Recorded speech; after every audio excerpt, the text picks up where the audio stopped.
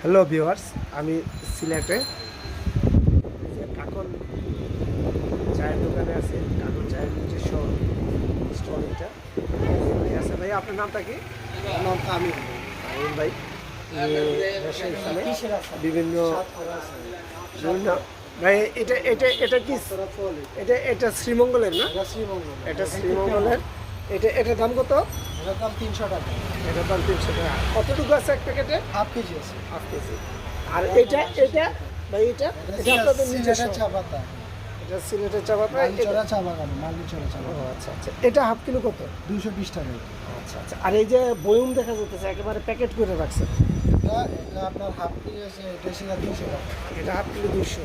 এটা কি মানে শুধু লিকার চা? শুধু লিকার?